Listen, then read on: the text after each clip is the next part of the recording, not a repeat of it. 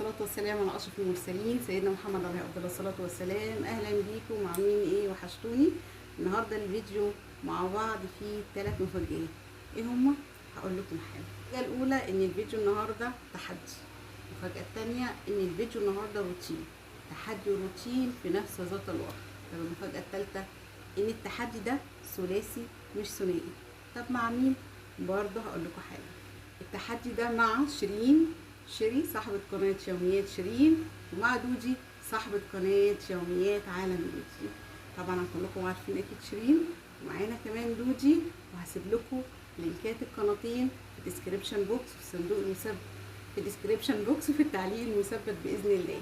متنسوش بقى بعد ما تشوفوا التحدي هنا، وان شاء الله باذن الله هيعجبكم، روحوا تشوفوه عند شيرين وعند دودي، وباذن الله ال3 تحديات هيعجبوكم، وهتحطوا لنا لايكات كتير كتير كتير كتير.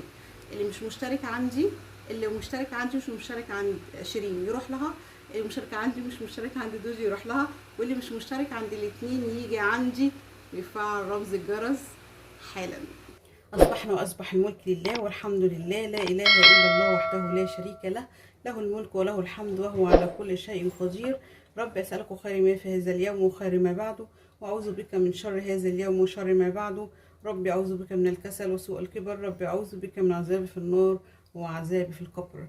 هنبتدي يومنا بالليمون بالعسل، وهسيبه واروح اصلي وارجع اخده نقرا الورد بتاعنا، وبعد كده نشوف هنعمل ايه في روتين النهارده. قبل ما اروح اصلي، انا متوضيه خلاص ورايحه اصلي، بس انا عشان متوضيه عايزه اعمل حاجه كده بسرعه. عايزه اوريكم ده عباره عن ايه. ده مش لبن، امال ده ايه؟ هقول لكم. ده لبان دكر انا نقعاه، ورز نقعتهم بالليل في ميه مغليه، فبقت زي اللبن زي ما انتم شايفين كده. طب انا هعمل ايه؟ هجيب قطنه اهي، هجيب قطنه اهي، وهبلها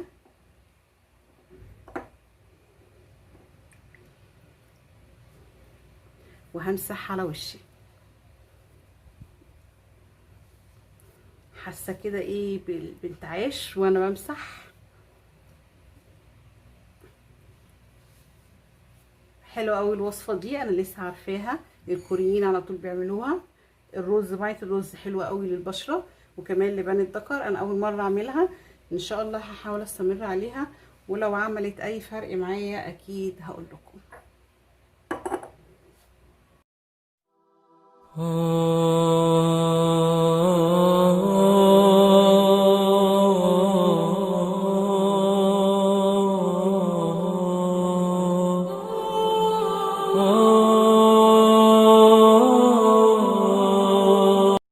بعد ما شربت العسل بالليمون وصليت وقريت الاذكار وقريت الورد بتاعي، ده وقت الفطار بتاعي علشان المعده بدات تصوصو، وفطار خفيف علشان ميبقاش تقيل ونوخم ونتقل.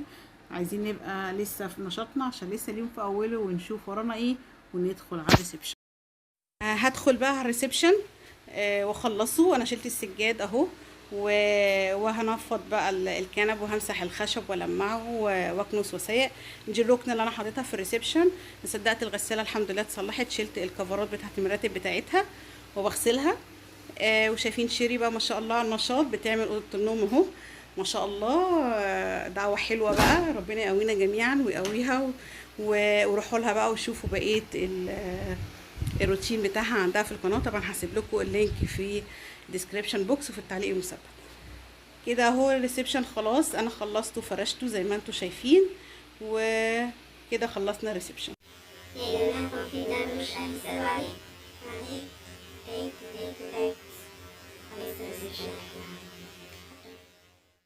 الريسبشن بقى تمام خلاص خلصته. مشكلتي في الريسبشن اليومين دول انا طلعت الركنه بره، فبقى يوميا في قعاد ويوميا لازم يتنضف، فانا زودت اعبائي، فان شاء الله هرجع النظام الاولاني تاني لان بجد تعبت. وادي دودي صاحبه قناه يوميات عالم دودي، وهي بتعمل برضو الريسبشن بتاعها وبتنضفه ما شاء الله. خشوا بقى عندها في القناه، هسيب لكم اللينك، واعملوا لها لايكات كتير، واتفرجوا على بقيه الروتين هيعجبكم جدا باذن الله. الولاد كده صحيوا، فدخلت احضر لهم فطار الاول قبل ما ابدا في اي حاجه تاني.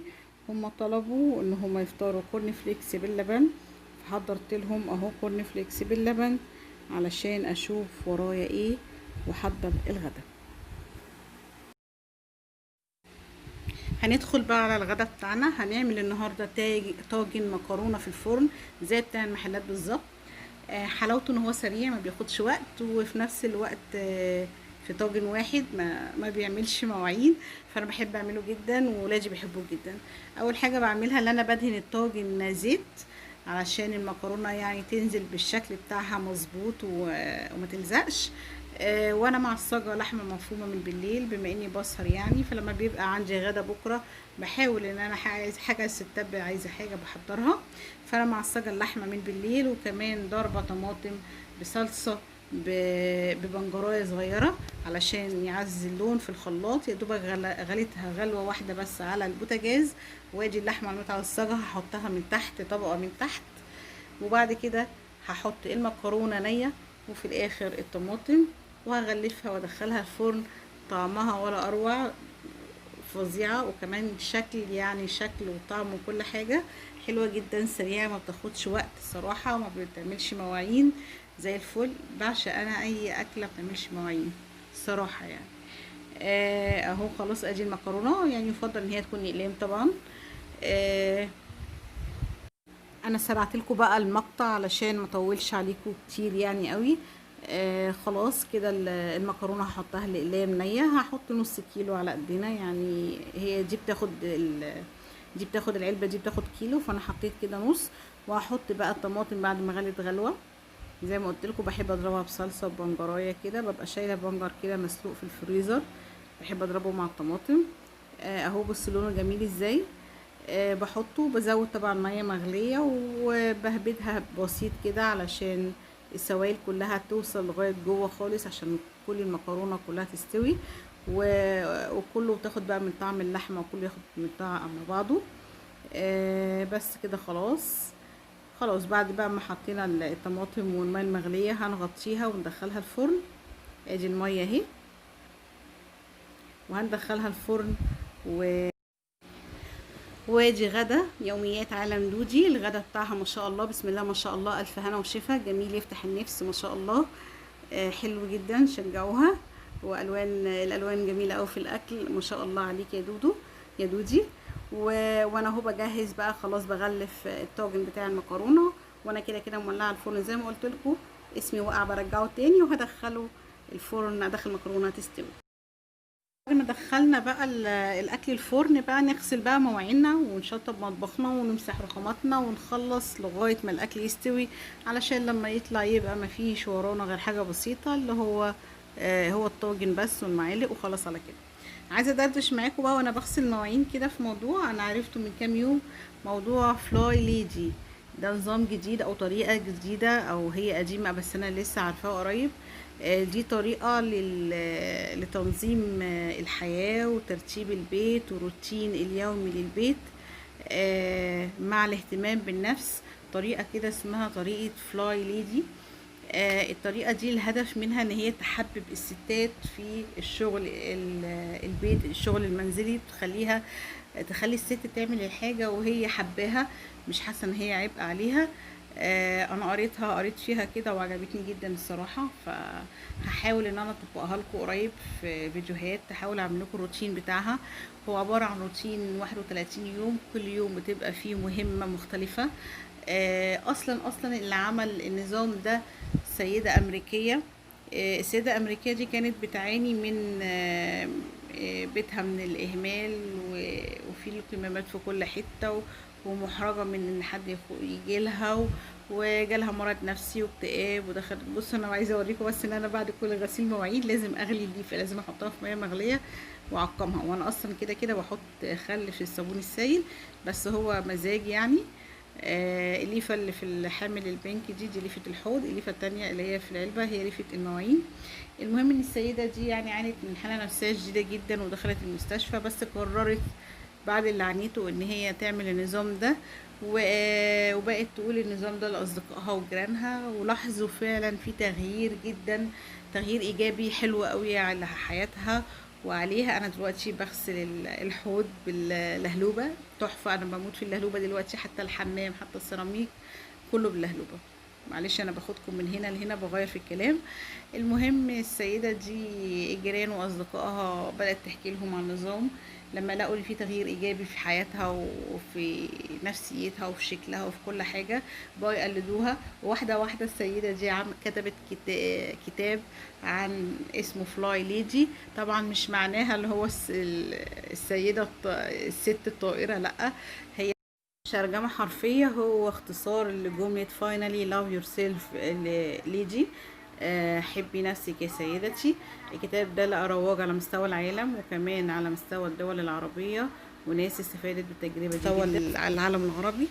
انا قريته وعجبني جدا الصراحة، وان شاء الله باذن الله هحاول اطبقه لكم باذن الله الفترة الجاية، مش الجاية قوي يعني، لان هو عبارة عن 31 روتين يوميا، كل يوم بيبقى فيه مهمة مختلفة، مهمات بسيطة انما مهمات حلوة قوي. هو عجبني جدا يعني، انا ممكن اعمله على المدارس ولا حاجة، لان صعب جدا ان انا اعمل يوميا روتين.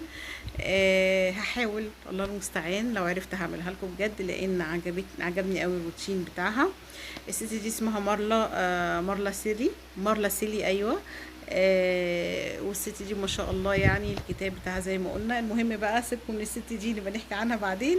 دلوقتي احنا خلاص المكرونه استوت وطلعت من الفرن، وانا بقلبها بقى، وجاءت اللحظه الحاسمه اللي انا اصلا عامله المكرونه عشانها. هي دي اللقطه الاخيره بقى، اللي انا اوريكم شكل المكرونه وجمالها، يعني هي يعني شكل وطعم، بس تأتي الرياح بما لا تشتهي السفن. وانا خلاص بقلبها يعني الثانية دي لو كان اللي بيتصل، بس يلا مفيش نصيب.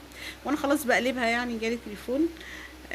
طبعا رديت بسرعة وقفلت، وجيت بقى اكمل تصوير، وبرضو طلعت اتاريني مش فاتحة الكاميرا ومش بصور والتصوير ما جاش اصلا، واكتشفت بعد كده. المهم ان انا جبت لكم صوره بقى، هي بتبقى الشكل التحفه اللي انتم شايفينه ده على جنب، نفس الشكل بالظبط، وتمشي بنفس الخطوات، نفس الشكل، والطعم يجنن، تحفه ما شاء الله. الف هنا وشفا.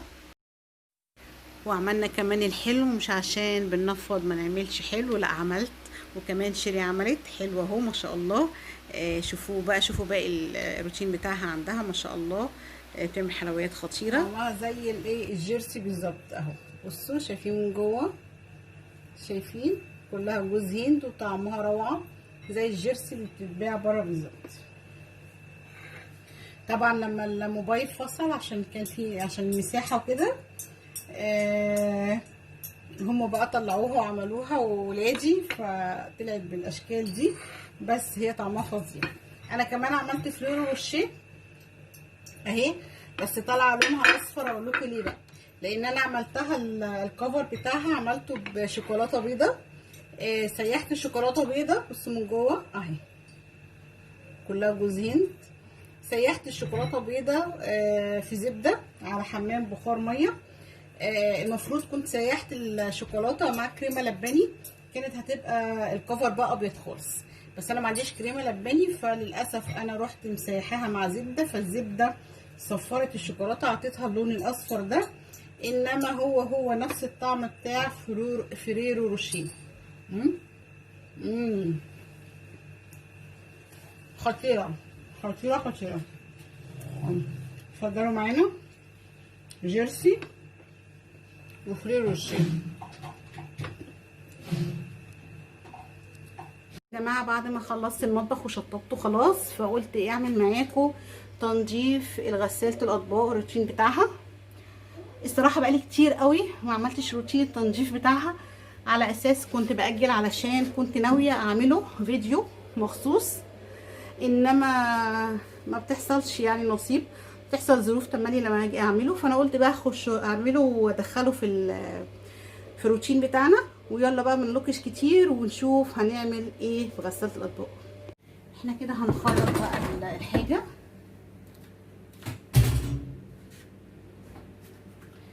هنشيل الرشاش عشان نغسله، ونشيل بقى الفلتر، وهنشيل ده بصوا برضو هيتغسل، وده اهو بصوا كده اهو. طب هعمل ايه دلوقتي؟ اول حاجه هحط صابون سائل اي نوع، مش عارفه باين ولا لا اهو، الصابون السائل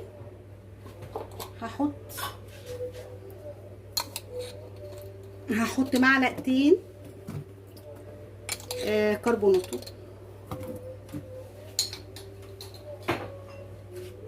وهحط كمان خل. شايفين هيفور ازاي؟ مش عارفه باين ولا لا.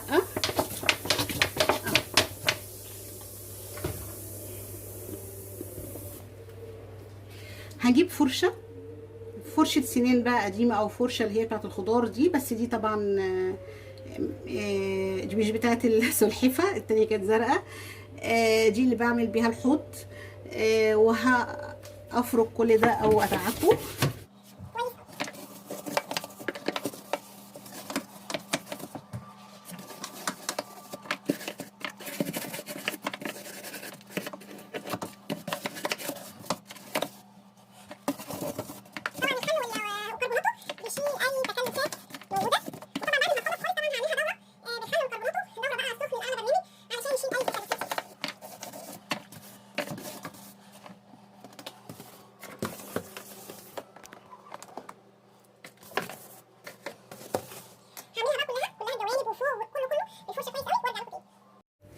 خلاص كده انا عملت كل حاجه بالفرشه، دعكتها كويس.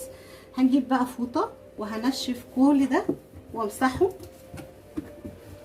باخد الميه كمان كله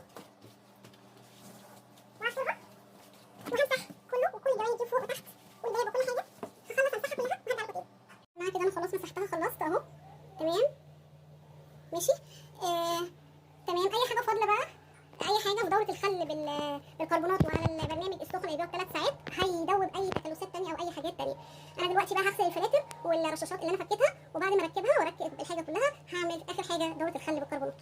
بقى يا جماعه عشان الميه قطعت ومحظوظ وبقالي ساعه مستنياها علشان اغسل الحاجات دي، فانا هقول لكم على الفكره الاساسيه ان انا هغسلها ازاي لغايه ما الميه تيجي بقى وربنا يسهلها علينا. برده هي نفس الحكايه، هحط صابون سائل اهو علشان يشيل اي حاجه عليها ترسبات. او قبل ما اغسلها هجيب خله وانضف بيها الفتحات دي. تمام. بعد كده هغسلها. طبعا هحط خل على الصابون السائل، وبرده هحط رشه كربونات. مش عارفه واضح ولا ايه، يا رب يكون واضح. وهعمل ايه؟ طبعا مش هغسلها دلوقتي، انا هوريكم الفكره بس علشان انا محتاجه ميه عشان الحنفيه. الفرشه كده وهنضفها كويس قوي. الخل والكربونات طبعا هيساعدني.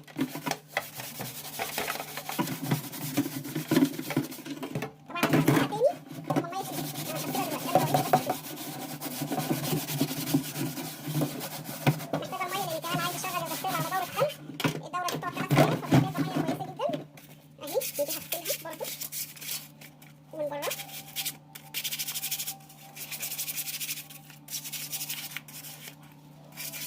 طبعا هغسلهم تاني برضه، بس انا بوريكم الفكره بس سريعا. بنشيل كل الترسبات اللي بتبقى هنا وجوه كمان. انا ما بقفش قوي طبعا، كل ده هيقل عليه، انا بس بسرعه كده بوريكم عشان يا عالم الميه هتيجي امتى. دي بقى هجيب خله واوريكم نعملها ازاي. سامعين صوت الموتور؟ الميه برضه ما جاتش. يا مسهل يا رب يا مسهل. طيب تمام. انا جبت خله والفتحات دي هنضفها بيها. المفروض تبقى الخله دي بتاعت الشيش طاووق، يعني الخله الصغيره بتاعت السنان تبقى احسن، بس خلصت عندي اهي. بنطلع اي حاجه فيها عشان الفتحات دي لو اتسدت مش هترش ميه كويس. نسمع حد من المواتير لما اجرب كده. بسم الله. لا برضه خلاص يا مسهل. هنطلع بقى اي حاجه دي لو اتسدت طبعا مش هترش ميه، وبالتالي ده انا هسدها بقى عليا. خلاص انا لما الميه تيجي هعملها بخله تانيه. المهم بعد ما هنضفها بالخله هاخد برضه صابون سائل كده وهنضفها كويس قوي.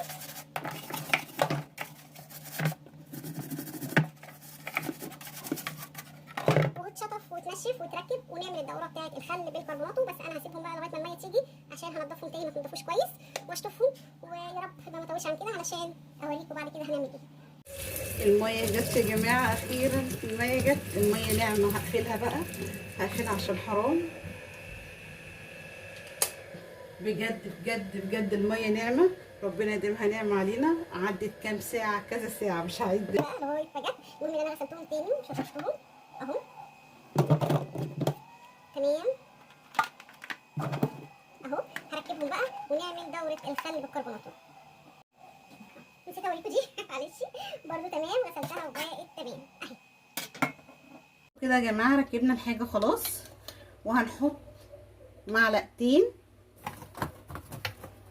برضو كربوناتو، نحط معلقه كمان،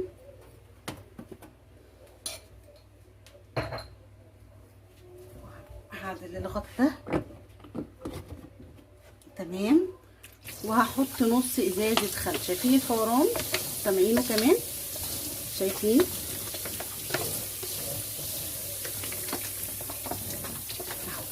انا كده حطيت حوالي نص ازازه الخل، وهشغل الغساله على اعلى برنامج.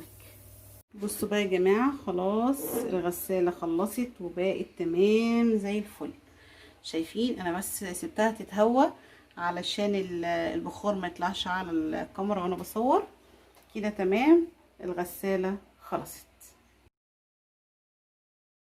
نسيت اوريكم المقطع ده قبل الغدا. نقعت انا الحاجات دي، كان عندي سجاد قلت الاطفال وعتبتين ومشايه وكده، نقعتهم باريال وكلور في البانيو، قلت لغايه بالليل كده ربنا يسهل وابقى اغسلهم قبل ما انام. تمام كده البانيو اتملى خلاص، ونقعت فيه الحاجه اللي انا عايزه انقعها. النقع ده هيسهل لي لما اجي اغسله كمان شويه.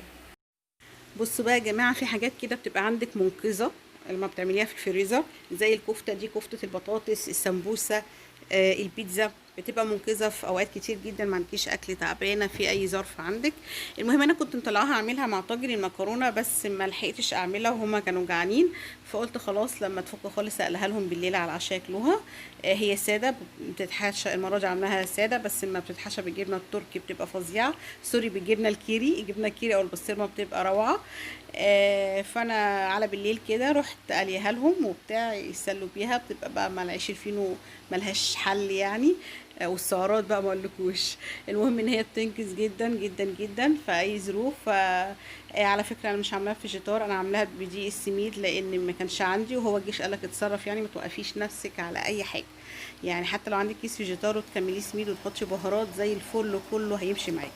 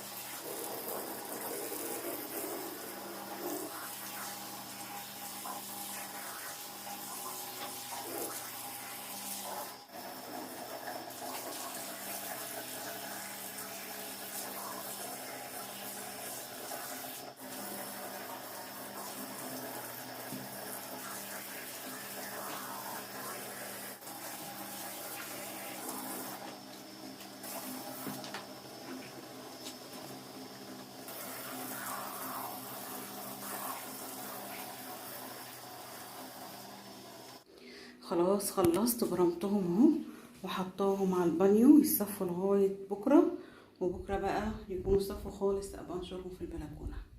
خلاص كده مش عامله حاجه تاني، اليوم معايا قفل.